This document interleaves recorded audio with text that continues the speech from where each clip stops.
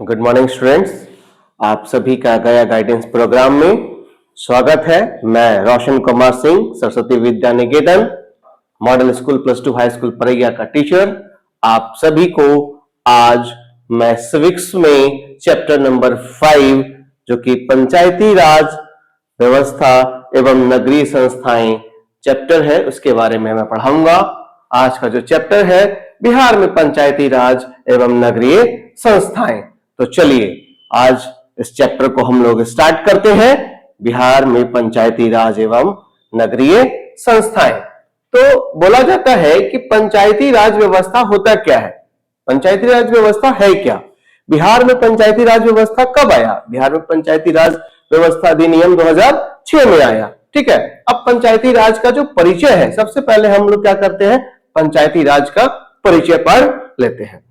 यह ग्रामीण क्षेत्रों में स्वशासन प्रणाली है जिसके माध्यम से गांव के लोग अपने विकास कार्य स्वयं तय करते हैं और उन्हें संचालित करते हैं। मतलब जो गांव के लोग हैं, जो भी ग्राम के लोग हैं, वो क्या करते हैं, अपना विकास कार्य क्या करते हैं, वो स्वयं तय करते हैं और उसका संचालन भी क्या करते हैं, वो खुद ही करते हैं कि किस तरीके से उनका विकास कार्य वो खुद स्वयं करेंगे।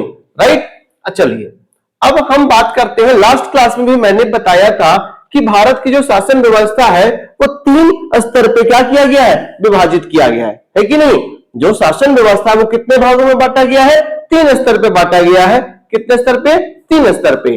और ये आप लोगों को याद होगा कि 2 तरीके का बंटवारा मैंने बताया था लास्ट क्लास में आपको। बताइए, याद है? बहुत बढ़िया, क्षैतिज और ऊर्ध्वाधर। तो ऊर्ध्वाधर जो था, तो ऊर्ध्वाधर में क्या था, कौन कौन से स्तर पे बंटवारा किया गया था? बिल्कुल सही, केंद्रीय स्तर, राज्य स्तर और स्थानीय स्तर। कौन कौन सा? केंद्रीय स्तर, राज्य स्तर और स्थानीय स्तर। इस 3 स्तर पे क्या किया गया है, बंटवारा किया गया है। ठीक है ना।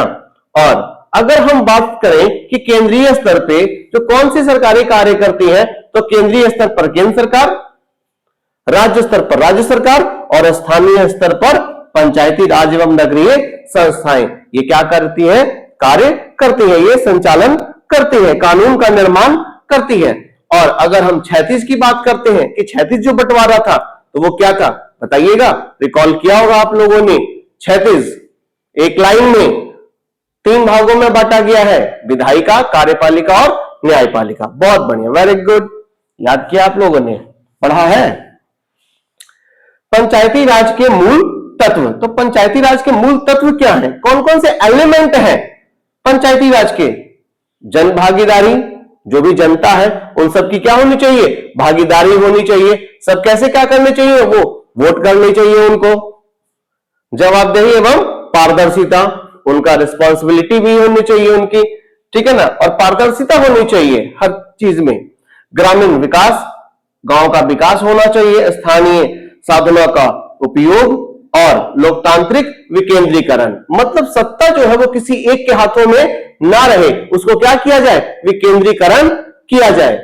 विकेंद्रीकरण का मतलब क्या है कि पूरे पावर को एक हाथों में ना रख करके क्या किया जाए, छोटे छोटे पार्ट्स में क्या कर दिया जाता है, उसको बांट दिया जाता है। वही क्या कराता है आपका, विकेंद्रीकरण। नगरीय संस्थाएं की बात अगर हम करते हैं, नगर में कौन कौन सी संस्थाएं कार्य करती हैं, तो नगर पंचायत, अगर आप नगर में जाएंगे, ये तो गांव स्तर पर हो गया आपका पंचायती राज। ठीक है ना। अब अगर आप नगर में जाएंगे तो नगर में देखेंगे नगर पंचायत होती है, नगर परिषद होती है और नगर निगम होती है कि नहीं। अगर नगर पंचायत की बात करेंगे तो नगर पंचायत क्या है, छोटे कस्बों गांव से नगर में बदलने वाले क्षेत्रों के लिए, मतलब जो छोटा गांव से, छोटा क्षेत्र से क्या हुआ है, वो नगर में बदल रहा है, लेकिन उसका एरिया क्या है, छोटा है, तो वहां क्या है, वो नगर पंचायत कहेंगे, जो बिल्कुल नगर के नजदीक होगा। नगर के नजदीक में मध्यम आकार के शहरी क्षेत्रों के लिए, जो मध्यम आकार के हैं, जो ज्यादा छोटे नहीं है लेकिन ज्यादा बड़े भी नहीं है, तो वह क्या है, वो नगर परिषदें कार्य करती हैं। और नगर निगम क्या है, बड़े शहरों और महानगरों में क्या है, नगर निगम होती है कि नहीं। अगर आप बात करते हैं कि पंचायती राज के कार्य एवं महत्व, पंचायती राज का क्या कार्य है, पंचायती राज में क्या कार्य किया जाता है, पंचायतें क्या करती हैं, जो पंचायत के जो मुखिया होते हैं उनका क्या कार्य है, सड़क, नाली, तालाब, विद्यालय, स्वास्थ्य आदि का निर्माण करवाना, ये उनका कार्य है। आप देखिए कि गांव में है तो गांव में ये किसकी रिस्पॉन्सिबिलिटी है? देश स्तर पर किस रिस्पॉन्सिबिलिटी हो जाती है? प्रधानमंत्री। हम लोग कुछ भी होता है देश में, अगर कुछ भी ऊपर नीचे हो रहा है तो हम लोग किसको बोलते हैं? ये तो प्रधानमंत्री का काम है, उनको करना चाहिए था, नहीं किया गया, है कि नहीं? राज्य स्तर पर है तो कौन है? राज्य स्तर पर किसको कहते हैं हम लोग? किसको तुरंत ब्लेम कर देते हैं? ये तो मुख्यमंत्री का काम है, सरकार है, सरकार ध्यान नहीं दे रही है कि नहीं? और अगर हम ग्राम क्षेत्र पे, गांव लेवल पे अगर हम देखते हैं, ग्राम स्तर पर देखते हैं तो किसका काम है? मुखिया जी का। क्यों? क्योंकि ग्राम पंचायत का जो प्रधान होते हैं वो कौन होते हैं? मुखिया होते हैं। तो हम लोग क्या कहते हैं? उन्हीं को ब्लेम कर देते हैं, अरे इनका काम था, इन्होंने ये कर नहीं रहे। तो वही पंचायती राज के कार्य क्या है? सड़क, नाली, तालाब, विद्यालय, स्वास्थ्य आदि का निर्माण करवाना। स्वच्छता, पेयजल एवं पर्यावरण संरक्षण का भी ध्यान किसको देना चाहिए? मुखिया जी को देना चाहिए। ये ग्राम पंचायत का कार्य है। शिक्षा का प्रसार एवं जागरूकता, शिक्षा का प्रचार प्रसार करना और अवेयरनेस पहुंचाना अभिभावकों के बीच में कि बच्चों को क्या करना है? रेगुलर स्कूल भेजना है, शिक्षा से क्या लाभ होते हैं, है कि नहीं? लोगों की समस्याओं का समाधान करना, ये क्या है? पंचायत का ही कार्य। कि अगर कुछ लोगों को किसी के साथ किसी तरीके का कोई परेशानी है, कोई समस्या है, तो उसका निपटारा भी कौन करेगा? वो पंचायत ही करेगा। रोजगार के अवसर सृजित करना और महिलाओं एवं कमजोर वर्गों का सशक्तिकरण। सशक्तिकरण का मतलब क्या हो गया? उनको मजबूत बनाना, उनके साथ किसी तरीके का शोषण ना हो, इसलिए उनको क्या करना? बहुत ज्यादा मजबूत बना देना। यही क्या कहलाता है? सशक्तिकरण। अब हम आ जाते हैं शासन का विकेंद्रीकरण। अभी मैंने आपको बताया विकेंद्रीकरण का मतलब क्या होता है? पूरे पार्ट्स को छोटे छोटे भागों में बांट देना। किसी भी चीज को क्या करना? छोटे छोटे पार्ट्स में बांटना। मतलब अगर हमारे पास पावर है तो उस पावर को क्या करेंगे? हम डिस्ट्रीब्यूट करेंगे। प्रिंसिपल है स्कूल में, आपके स्कूल में प्रिंसिपल है ना? बोलिए हाँ या ना? हाँ भाई, प्रिंसिपल तो है ही है। तो क्या सारा कार्य प्रिंसिपल करते हैं? नहीं, प्रिंसिपल क्या करते हैं? उस पूरे का अपने पूरे काम को क्या करेंगे? छोटे छोटे पार्ट्स में हर टीचर में क्या करेंगे? डिस्ट्रीब्यूट कर देंगे, ठीक है ना? और प्रत्येक टीचर की एक रिस्पॉन्सिबिलिटी होती है, उनको एक अथॉरिटी मिल जाता है जिसके तरीके से वो क्या करते हैं? कार्य करते हैं। तो विकेंद्रीकरण के स्तर, अगर हम सरकार के 3 स्तर पर हम बंटवारा देखें तो अभी मैंने आपको बताया, केंद्रीय स्तर पर केंद्र सरकार करती है, राज्य स्तर पर राज्य सरकारें कार्य करती हैं और स्थानीय स्तर पर नगर पंचायत और पंचायती राज, है कि नहीं? अब विकेंद्रीकरण की आवश्यकता क्यों पड़ती है? ऐसा क्या हो गया कि विकेंद्रीकरण की आवश्यकता पड़ती है? स्थानीय समस्याओं की जानकारी स्थानीय लोगों को होती है। जो स्थानीय समस्याएं हैं, अब छोटे लेवल पे जो समस्याएं हो रही हैं, तो हम तुरंत डायरेक्ट अगर हम बोले कि बड़े लेवल पे, ऊपर के टॉप के लेवल को वो समस्या का पता चल जाए, समस्या का निपटारा किया जाए उनके द्वारा, तो वो बहुत दिक्कत होगी। क्यों? क्योंकि हमारे देश की आप जानते हैं कि जनसंख्या लगभग 150 करोड़ है। अब 150 करोड़ का समस्या का निपटारा कोई एक व्यक्ति करे तो क्या ये पॉसिबल है?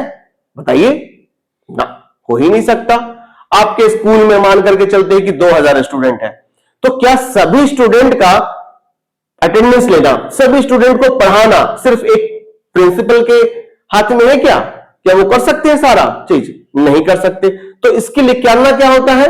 हम काम को क्या करते हैं? बांट देते हैं। आपके घर में शादी ब्याह होता है ना, कोई फंक्शन होते हैं तो देखते हैं ना, पापा क्या करते हैं? सारे काम को छोटे छोटे पार्ट्स में हर किसी को कुछ ना कुछ काम दे देते हैं और वो उस काम को क्या करते हैं? उसी हिसाब से वो करते हैं और वो कार्य क्या होता है? बहुत अच्छे तरीके से हो जाता है। किसी के साथ किसी तरीके की अगर कोई समस्या आती है तो वो उसको सॉल्व कर दिया जाता है। तो स्थानीय समस्याओं की जानकारी स्थानीय लोगों को ही होती है कि नहीं?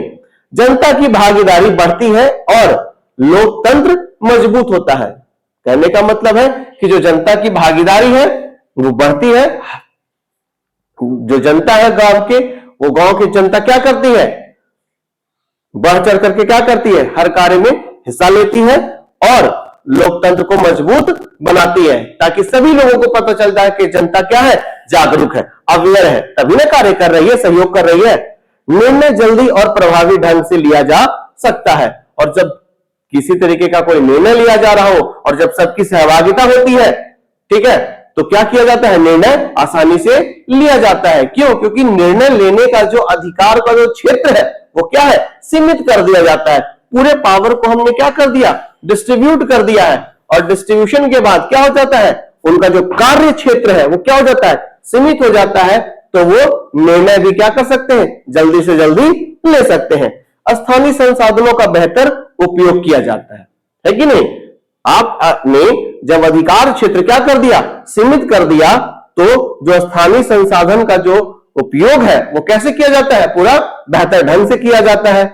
जनता में उत्तरदायित्व और पारदर्शिता बढ़ती है। कहने का मतलब है कि किसी के साथ किसी तरीके का कोई भेदभाव नहीं किया जाता।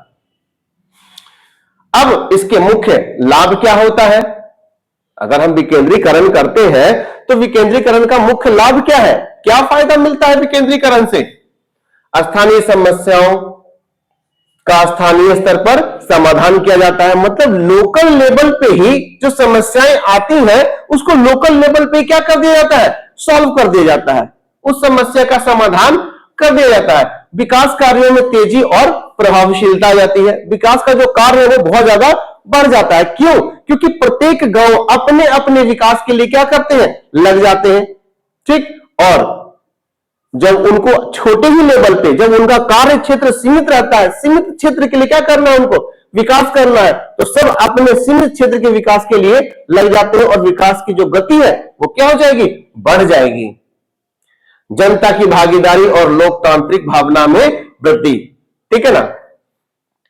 जो जनता की जो भागीदारी है, सहभागिता है, वो आ जाती है, और लोकतंत्र की भावना में क्या हो जाती है, वृद्धि होती है। ग्रामीण और शहरी क्षेत्रों का संतुलित विकास, विकास भी दोनों का क्या होता है, लगभग बराबर चल रहा होता है। क्यों? क्योंकि आपने देखा है कि नगरों का विकास बहुत जल्दी हो रहा होता है, गांव का विकास थोड़ा कम होता है। लेकिन जब हमने छोटे छोटे पार्ट्स में क्या कर दिया, गांव को बांट दिया, तो और विकेंद्रीकरण कर दिया, सीमित क्षेत्र कर दिया, तो वहां पे क्या है, आपका जो ग्रामीण क्षेत्र है उनका भी विकास क्या हो गया है, संतुलित हो गया है। मतलब गांव का और शहरों का जो विकास है, उनका जो रेशो है, अगर आप देखिएगा तो लगभग वो बराबर है, बराबर चल रहा है। शासन में पारदर्शिता और जवाबदेही, विकेंद्रीकरण के अगर हम परिणाम की बात करते हैं तो देखिए, स्थानीय स्तर पर निर्णय लेने की शक्ति बढ़ने से शासन अधिक उत्तरदायी, संवेदनशील और जन केंद्रित बनता है। क्या किया हमने कि जो सीमित क्षेत्र बना दिया, तो उसमें क्या है कि जो उत्तरदायित्व है वो बढ़ जाता है और जवाबदेही भी बढ़ जाती है।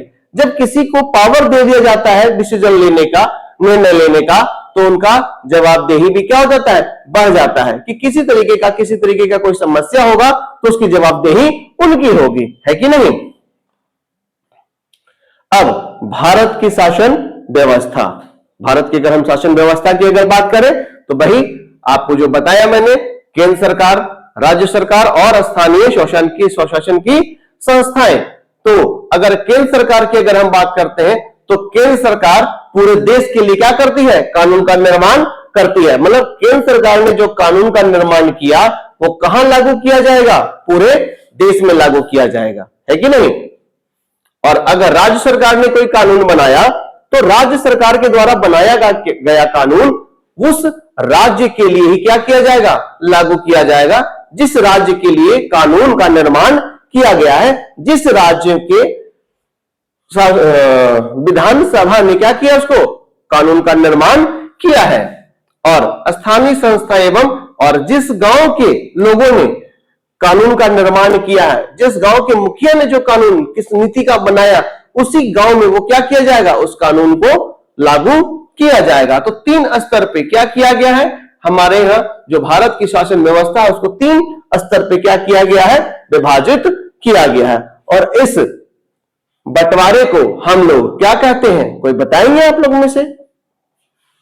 बिल्कुल, ऊर्ध्वाधर बंटवारा। चलिए अब आ जाइए हमारा जो चैप्टर है बिहार में पंचायती राज अधिनियम 2006। बिहार में पंचायती राज व्यवस्था की विविध आधार प्रदान करने के लिए राज्य सरकार ने बिहार पंचायती राज अधिनियम 2006 लागू किया। हमारे बिहार सरकार में कब ये पंचायती राज अधिनियम लागू किया गया? 2006 में लागू किया गया था। और 2006 से लागू करने के बाद पूरे बिहार में क्या कर दिया गया? पंचायती राज व्यवस्था का प्रावधान कर दिया गया है। यह अधिनियम 24 अप्रैल 2006 को लागू किया गया है। ठीक है ना। अगर हम इससे पहले पंचायती राज की बात करते हैं कि पंचायती राज का शुरुआत कब हुआ, तो पहले पंचायती राज का थोड़ा हम लोग परिचय भी देख लेते हैं। ठीक है। पंचायती राज व्यवस्था ग्रामीण क्षेत्रों के स्वशासन की एक लोकतांत्रिक व्यवस्था है जिसके माध्यम से गांव के लोग अपने विकास कार्य क्या करते हैं? स्वयं करते हैं, खुद करते हैं, है कि नहीं? जैसा कि हम लोगों ने पढ़ा है। अब इसके मुख्य बिंदु क्या है?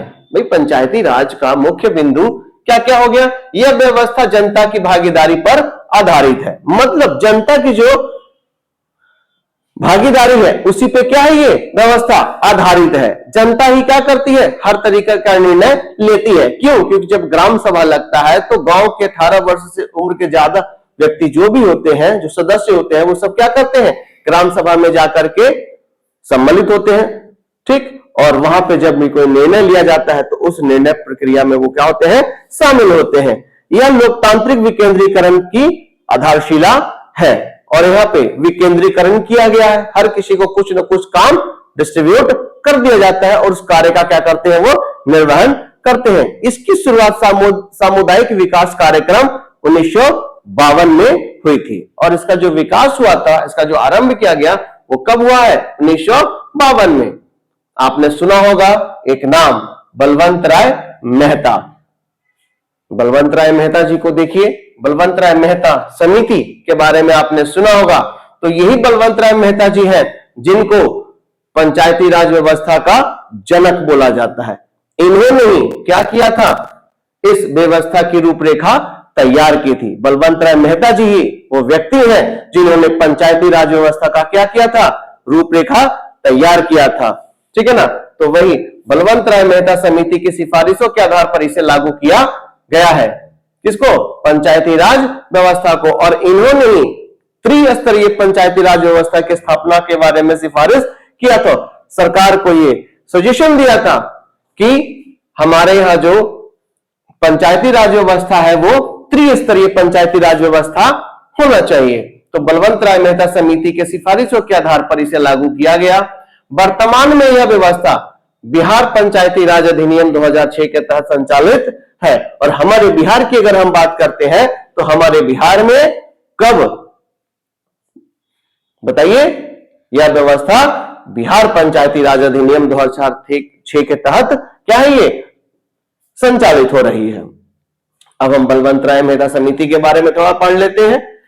भारत में पंचायती राज व्यवस्था के जनक बलवंत राय मेहता जी को कहा जाता है, माना जाता है। और इन्होंने ही पंचायती राज व्यवस्था की रूपरेखा तैयार की है कि नहीं? अब समिति का जो गठन है तो सामुदायिक विकास कार्यक्रम और राष्ट्रीय विस्तार सेवा कार्यक्रम की समीक्षा के लिए 1957 में यह समिति गठित की गई। इनकी सिफारिशें क्या थी? त्रिस्तरीय पंचायती राज व्यवस्था की स्थापना। मतलब इन्होंने बताया कि जो स्तर होने चाहिए वो 3 स्तर पे होने चाहिए। पंचायती राज व्यवस्था की जो स्थापना होनी चाहिए वो 3 स्तर पे। सबसे नीचे ग्राम स्तर पे, गांव स्तर पे अगर आप देखते हैं तो ग्राम पंचायत, प्रखंड स्तर पर देखिएगा तो पंचायत समिति, और जिला स्तर पर इन्होंने कहा जिला परिषद का गठन किया जाना चाहिए। तो ये त्रिस्तरीय पंचायती राज व्यवस्था की स्थापना का सिफारिश किया है बलवंत राय मेहता जी ने। ठीक है। ग्राम स्तर पर प्रत्यक्ष तथा ऊपर के स्तर पर अप्रत्यक्ष चुनाव की व्यवस्था के बारे में कहा है उन्होंने कि ग्राम स्तर पे तो कम जनसंख्या है, तो कम जनसंख्या एक जगह इकट्ठा होकर के क्या कर सकती है? निर्णय प्रक्रिया में भाग ले सकती है। नीति के निर्माण जब हो रहा है तो वहां पे वो क्या कर सकती है? भाग ले सकती है। लेकिन जब जिला की बात करते हैं, जब राज्य की बात करते हैं तो वहां पे जनसंख्या बहुत ज्यादा हो जाती है और वहां पे एक साथ इकट्ठा होकर के निर्णय नहीं लिया जा सकता है। योजनाओं के निर्माण क्रियान्वयन की जिम्मेदारी स्थानीय संस्थाओं को दी जाए। विकास कार्यों में जनता की भागीदारी सुनिश्चित की जाए कि जो विकास का कार्य है उसमें जनता की भी क्या होनी चाहिए, भागीदारी होनी चाहिए और उसको सुनिश्चित किया जाए कि जनता का क्या कार्य है। निधि कार्य प्रशासन का विकेंद्रीकरण किया जाए। ठीक है ना। अब अगर हम बात करते हैं कि बलवंत राय मेहता समिति के अगर हम महत्व की बात करिए तो देखिए कि इसी समिति की सिफारिशों के आधार पर 2 अक्टूबर 1959 को राजस्थान के नागौर जिला में पंचायती राज व्यवस्था की शुरुआत की गई और राजस्थान पहला स्टेट है जहां पे क्या किया गया था, पंचायती राज व्यवस्था की स्थापना की गई थी। ठीक है ना। और किस जिला में, नागौर जिला में। कब, 2 अक्टूबर 1959 को। 2 अक्टूबर किस लिए जाना जाता है, कोई बताएंगे? पता होगा आप सभी को 2 अक्टूबर को किसका जन्मदिन मनाया जाता है? गांधी जी का। और किसी का? लाल बहादुर शास्त्री जी का भी। इन दोनों ही महापुरुषों का जन्म 2 अक्टूबर को हुआ था और उन्हीं के जन्मदिन के अवसर पर राजस्थान में क्या किया गया, 1959 में राजस्थान के नागौर जिला में पंचायती राज व्यवस्था की शुरुआत की गई। संविधान में 73वें संविधान संशोधन 1992 के द्वारा हमारे देश में प्रत्येक राज्य में क्या किया गया, यह नियम लागू कर दिया गया कि प्रत्येक राज्य में क्या किया जाएगा, पंचायती राज व्यवस्था की को संवैधानिक दर्जा दे दिया गया कि प्रत्येक राज्य में क्या किया जाएगा, पंचायती राज व्यवस्था का गठन किया जाएगा, स्थापना किया जाएगा। ठीक है ना। तो पंचायती राज संस्थाओं को संवैधानिक दर्जा दिया गया किसके अनुसार, 73वें संविधान संशोधन 1992। तो अगर आपसे पूछा जाए कि 73वां संविधान संशोधन कब किया गया था, तो 1992 में। ठीक है ना। यह ध्यान रखा जाएगा, यह ध्यान रखिएगा, एमसीक्यू में ये क्वेश्चन पूछे जाते हैं कि, और बहुत सारे आप आगे अभी एग्जाम अगर देखेंगे तो उसमें ये सवाल आता है कि 73वां संविधान संशोधन कब किया गया, तो 1992। उसमें क्या व्यवस्था की गई, तो पंचायती राज व्यवस्था के बारे में बात कही गई है। ठीक है। और त्रिस्तरीय व्यवस्था को सभी राज्यों में अनिवार्य किया गया। ठीक है ना।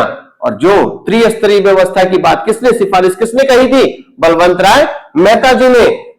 ठीक है ना। उसको सभी राज्यों में क्या किया गया, अनिवार्य कर दिया गया। ग्राम सभा को आधारभूत इकाई के रूप में मान्यता दी गई। आधारभूत सबसे छोटी जो इकाई है वो क्या है, ग्राम सभा है। सबसे छोटी इकाई जो है वो क्या है, हमारी ग्राम सभा है। पंचायती राज संस्थाओं की नियमित चुनाव अनिवार्य कर दिए गए और हर साल में, हर प्रत्येक 5 साल में क्या किया गया, पंचायती राज का चुनाव का कार्य दिया गया कि प्रत्येक 5 साल के बाद मुखिया का चुनाव होगा। अनुसूचित जाति, अनुसूचित जनजाति तथा महिलाओं को कम से कम 1/3 भाग क्या किया गया, आरक्षण का प्रावधान भी है। राज्यों को अपने राज्य निर्वाचन आयोग, मतलब जिस राज्य में पंचायती राज का क्या किया जाएगा, चुनाव होगा, तो उसका निर्वाचन कौन करेगा, राज्य निर्वाचन आयोग। उस राज्य के जो निर्वाचन आयोग है वही क्या करेंगे, चुनाव का कार्य करेंगे, चुनाव का गठन कर, चुनाव करवाएंगे। ठीक है ना। राज्य वित्त आयोग का गठन का प्रावधान भी है और 11वीं अनुसूची में 29 विषय शामिल किए गए हैं जिन्हें पंचायतों को सौंपा जा सकता है। ठीक है ना। अगर हम इसके महत्व की बात करते हैं तो लोकतांत्रिक विकेंद्रीकरण को मजबूती मिली है। इससे लोकतांत्रिक जो विकेंद्रीकरण है उसको क्या मिली है, मजबूती मिली है। ग्राम स्तर पर स्वशासन और भागीदारी को भी बढ़ावा मिला है। ग्रामीण विकास को नई दिशा मिली है और इससे जो गांव का जो विकास है उसमें क्या हुआ है, बहुत ज्यादा तेजी आया है। अब हम आ जाते हैं बिहार में पंचायती राज अधिनियम 2006। ये तो हम लोगों ने पढ़ा था क्या कि बलवंत राय मेहता जी ने हमें क्या किया भाई, त्रिस्तरीय पंचायती राज व्यवस्था का गठन करने का सिफारिश किया।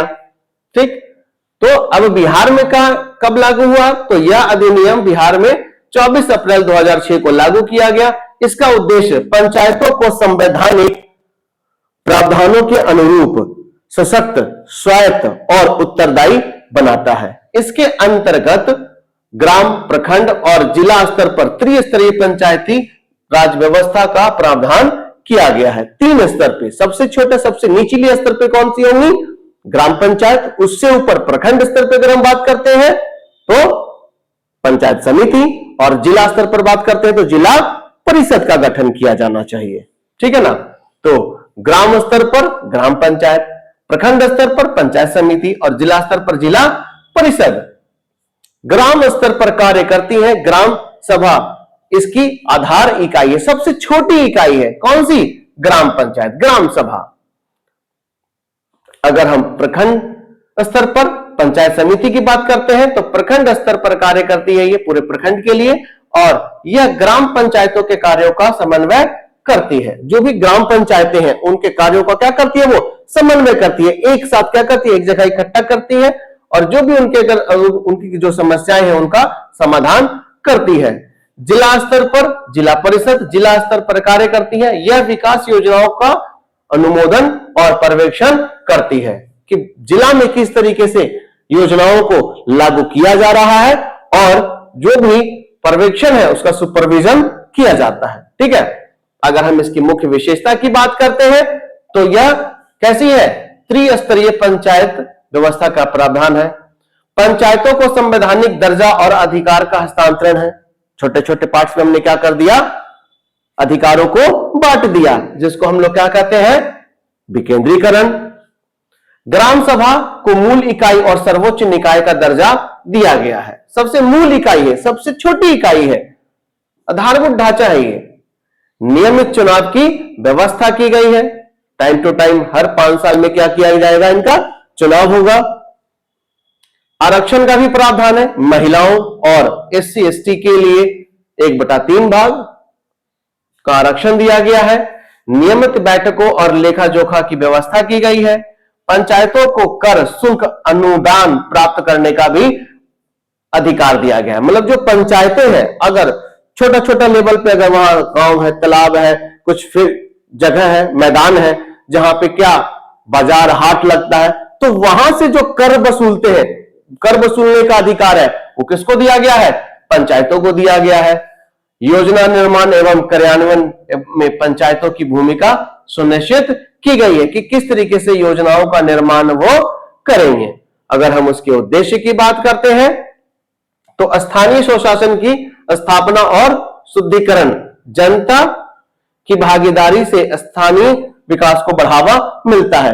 जितना ज्यादा जनता क्या होगी, भागीदारी सुनिश्चित करेगी अपनी, सभी जनता मिलकर के अगर कार्य करेगी अपने गांव के लिए, तो उस गांव का विकास बहुत जल्दी और ज्यादा होगा, है कि नहीं। अगर हम बात करते हैं लोकतांत्रिक विकेंद्रीकरण द्वारा सत्ता का वितरण करना, ग्राम स्तर पर योजना निर्माण, ग्राम स्तर पर ही क्या करते हैं हम लोग, योजना का निर्माण करते हैं, और वो जो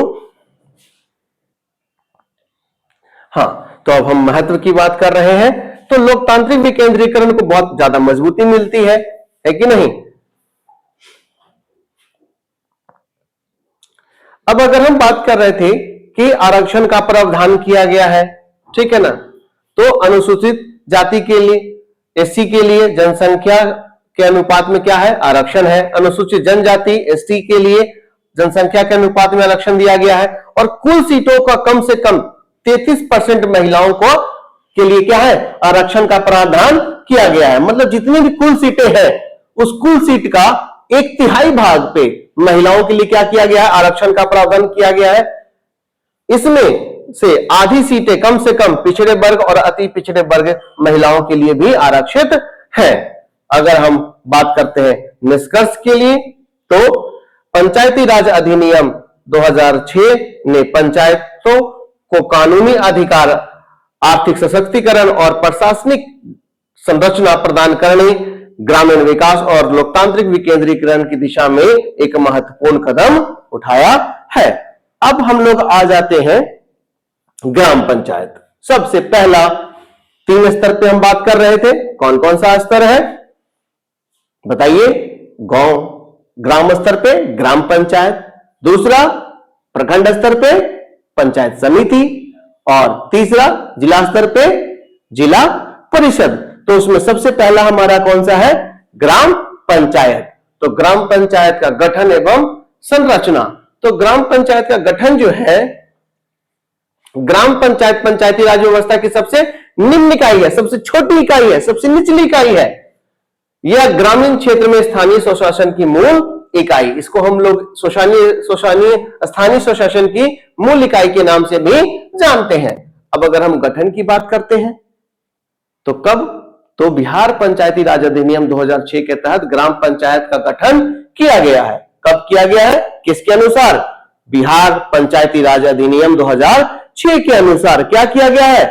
हमारे यहां पंचायती राज का गठन, पंचायतों का गठन किया गया है कि नहीं? सामान्यतः एक या अधिक राजस्व गांव या उससे संबंधित बस्तियों को मिलाकर एक ग्राम पंचायत का गठन करते हैं। मतलब उस जिस भी गांव में अगर 7,000 की जनसंख्या के आसपास की जनसंख्या है, तो या अगर 2 या 3 गांव को मिलाकर के, बस्तियों को मिलाकर के जब वहां की जनसंख्या 7,000 के आसपास पहुंच जाती है, तो उसके लिए हम एक ग्राम पंचायत का गठन करते हैं। प्रत्येक ग्राम पंचायतों का क्षेत्र निर्धारित होता है पहले से ही, जिसकी अधिसूचना राज्य सरकार द्वारा जारी की जाती है, और राज्य सरकार ही क्या करती है? उस पंचायत की अधिसूचना जारी करती है कि इस क्षेत्र में ये ग्राम पंचायतें हैं। उसका नाम होता है अलग अलग। ग्राम पंचायत ग्रामीण क्षेत्रों की मूलभूत स्थानीय स्वशासन की इकाई है। अगर हम इसकी संरचना की बात करें, कौन कौन इसमें शामिल होते हैं? तो मुखिया, जो कार्यपालिका का क्या होता है? प्रमुख होता है। अगर हम देखते हैं केंद्र स्तर पर देखिए, केंद्र सरकार में मुखिया कौन? प्रधानमंत्री। राज्य स्तर पे, राज्य सरकार में मुखिया कौन होते हैं? कार्यपालिका मुखिया, मुख्यमंत्री। वैसे ही यहाँ पे ग्राम पंचायत का जो मुखिया है, जो प्रमुख होते हैं, उनको क्या कहते हैं लोग? मुखिया। सबसे पहले ऊपर प्रधानमंत्री, फिर नीचे मुख्यमंत्री, और यहाँ पे कौन हो? गांव स्तर पे कौन हो जाएंगे? मुखिया। एक उप मुखिया भी होते हैं, जो मुखिया के क्या होते हैं? सहयोगी होते हैं। उसके बाद प्रत्येक ग्राम पंचायत को अलग अलग वार्ड में क्या होता है? विभाजित कर दिया जाता है। और लगभग एक ग्राम पंचायत की बात करें तो उसमें 15 से 16 वार्ड होते हैं, और प्रत्येक वार्ड में क्या होते हैं? एक वार्ड सदस्य होते हैं, और उस वार्ड सदस्य का क्या होता है? निर्वाचन किया जाता है प्रत्यक्ष रूप से। ग्राम पंचायत सचिव, जो कि क्या होते हैं? एक सरकारी कर्मचारी होते हैं।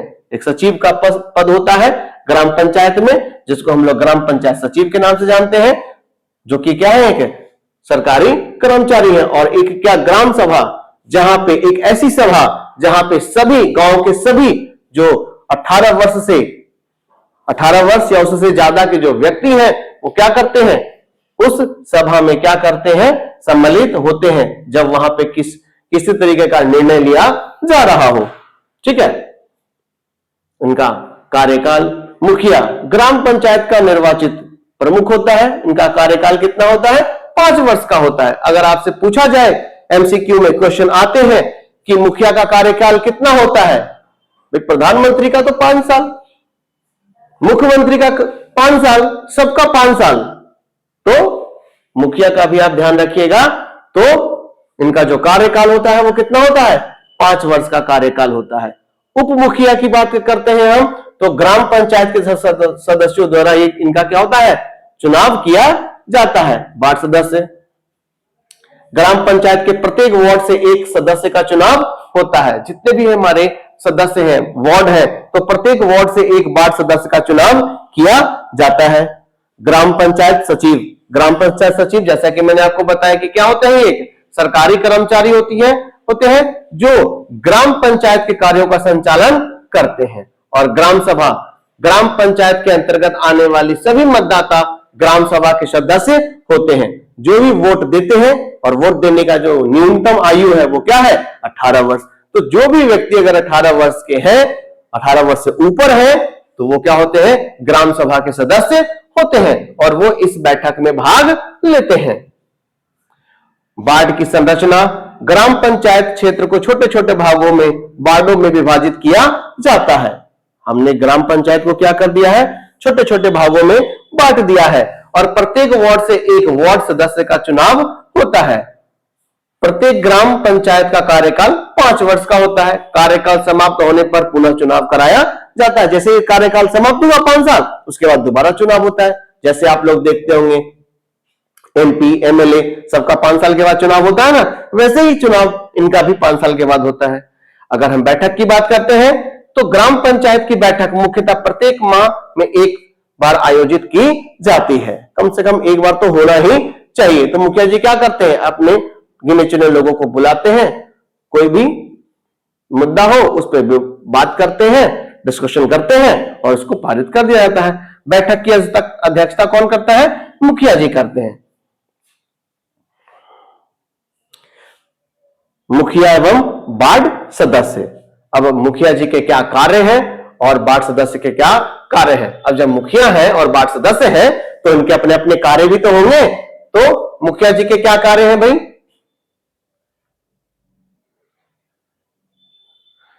अगर मुखिया जी के कार्य की बात करते हैं, तो ग्राम पंचायत का नेतृत्व करना, ग्राम सभा एवं पंचायत की बैठकों की अध्यक्षता करना। अध्यक्ष कौन होते हैं, ग्राम पंचायत के जो अध्यक्ष होते हैं वो कौन होते हैं, मुखिया होते हैं। ठीक है ना। आपसे एक क्वेश्चन पूछा जाता है कि ग्राम पंचायत के प्रमुख प्रधान कौन होते हैं, मुखिया होते हैं। उनकी अध्यक्षता कौन करते हैं, तो मुखिया करते हैं। ग्राम पंचायत की योजनाओं एवं निर्णयों को लागू करना, ग्राम पंचायत की जो योजनाएं हैं, जो भी उनके निर्णय हैं, उनको लागू करने का कार्य किसका है, मुखिया का है।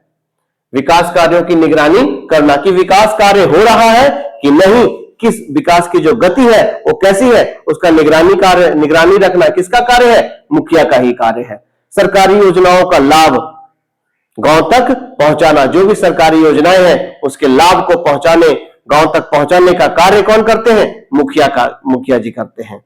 स्वास्थ्य, शिक्षा, स्वच्छता, पेयजल आदि कार्यों को प्रोत्साहित करना भी मुखिया का ही कार्य है। मुखिया ही ध्यान देते हैं कि हमारे क्षेत्र की स्वच्छता, शिक्षा, स्वास्थ्य, पेयजल आदि को किस तरीके से संचालित किया जा रहा है, इसकी व्यवस्था सही है या नहीं, इन सब का ध्यान रखना मुखिया का ही कार्य होता है।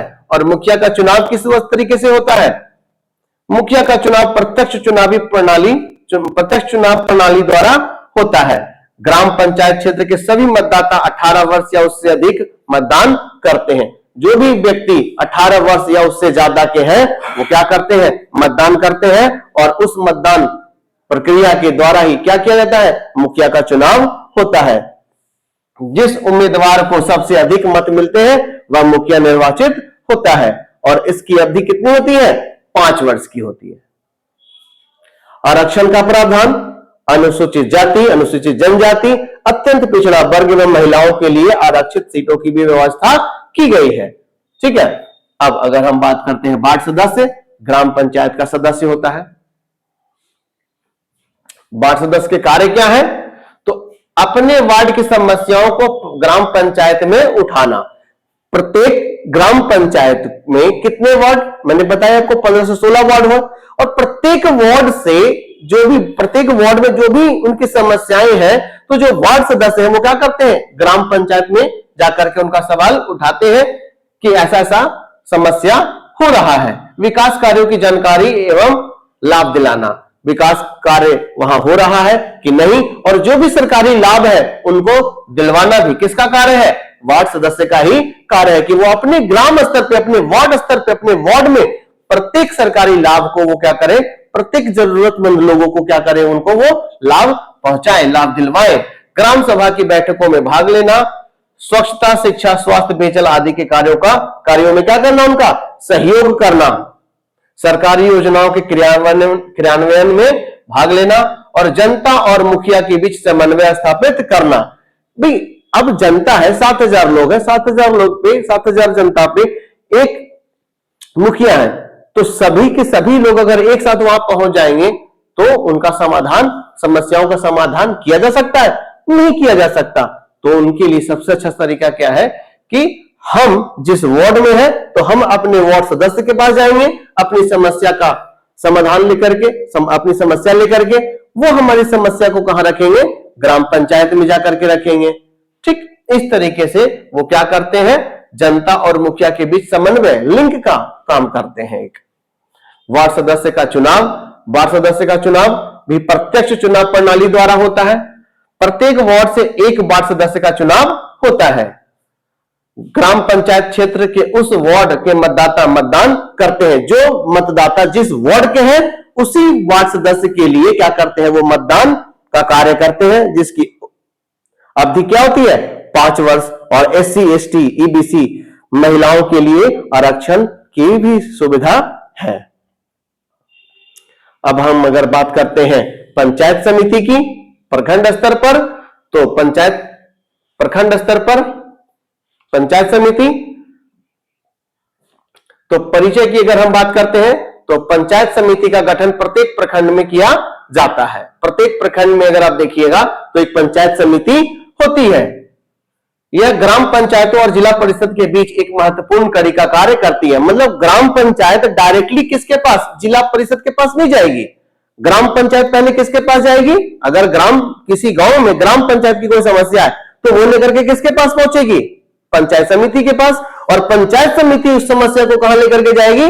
जिला परिषद के पास। तो ये एक लिंक का काम करती है, एक कड़ी का काम करती है। ठीक है ना?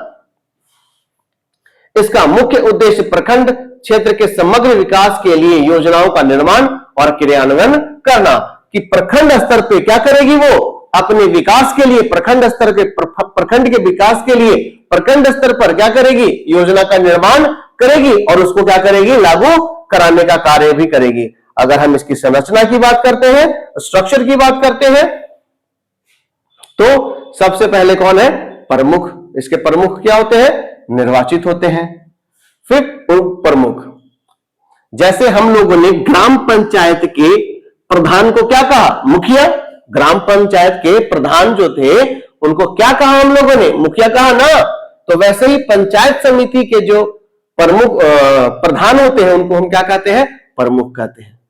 ठीक है ना? एक क्या होते हैं? उप प्रमुख। तो प्रमुख भी निर्वाचित होते हैं और उप प्रमुख भी क्या होते हैं? निर्वाचित होते हैं। इन दोनों का ही क्या होता है? निर्वाचन, चुनाव होता है। और चुनाव प्रक्रिया के द्वारा ही इन दोनों का क्या किया जाता है? चुनाव, मतलब इनको चुना जाता है। प्रखंड विकास पदाधिकारी क्या होते हैं? इसके अध्यक्ष होते हैं, जो बीडीओ साहब होते हैं। प्रत्येक प्रखंड में आप देखिएगा कि क्या होते हैं? बीडीओ होते हैं। बीडीओ का नाम सुना होगा आप लोगों ने, है ना? आप जब कभी भी प्रखंड में जाइएगा, कार्यालय में जाइएगा, तो वहां क्या होते हैं? प्रखंड विकास पदाधिकारी, जो पंचायत समिति के क्या होते हैं? अध्यक्ष होते हैं। और विधायक और सांसद पदेन सदस्य होंगे। किसके? पंचायत समिति के। और विभागीय पदाधिकारी भी पदेन इसके क्या होते हैं? सदस्य होते हैं। और बाकी जो सदस्य होते हैं वो निर्वाचित एवं पदनिष्ठ होते हैं। अगर हम पंचायत समिति के प्रमुख पद एवं सदस्य की बात करें तो अभी हम लोगों ने बात किया, वही है प्रमुख कौन होते हैं? पंचायत समिति के निर्वाचित सदस्यों द्वारा अप्रत्यक्ष चुनाव होता है इनका। भाई जो भी पंचायत समिति के जो सदस्य होते हैं उनमें से ही उनका क्या किया जाता है? किसी एक का चुनाव किया जाता है। उप प्रमुख, सदस्य, प्रखंड विकास पदाधिकारी, विधायक और विभागीय पदाधिकारी। ठीक है? अगर हम इसके कार्य की बात करें तो प्रखंड क्षेत्र के विकास के लिए योजना का निर्माण करना, ग्राम पंचायतों के कार्यों का समन्वय और पर्यवेक्षण करना, कृषि, सिंचाई, पशुपालन, लघु उद्योग आदि को बढ़ावा देना, शिक्षा, स्वास्थ्य, पेयजल, सड़क आदि सुविधाओं का विकास करना, सरकारी योजनाओं का क्रियान्वयन करना और लोकहित के कार्यों को प्रोत्साहित करना। ये सब किसका कार्य है? पंचायत समिति का ही कार्य है। अगर हम विशेषता की बात करें तो यह पंचायत राज व्यवस्था की मध्य इकाई है, बीच की कड़ी है। यह प्रखंड क्षेत्र के समन्वित विकास के लिए कार्य करती है। यह ग्राम पंचायतों और जिला परिषद की कड़ी का कार्य भी करती है कि नहीं। और अगर हम इसके महत्व की बात करते हैं तो प्रखंड स्तर परियोजनाओं का बेहतर क्रियान्वयन सुनिश्चित करना, ग्राम पंचायतों में समन्वय स्थापित करना और लोकतांत्रिक विकेंद्रीकरण को मजबूती प्रदान करना भी किसका कार्य है। तो आज हम इतना ही रखते हैं, बाकी नेक्स्ट क्लास में कंटिन्यू करेंगे। धन्यवाद।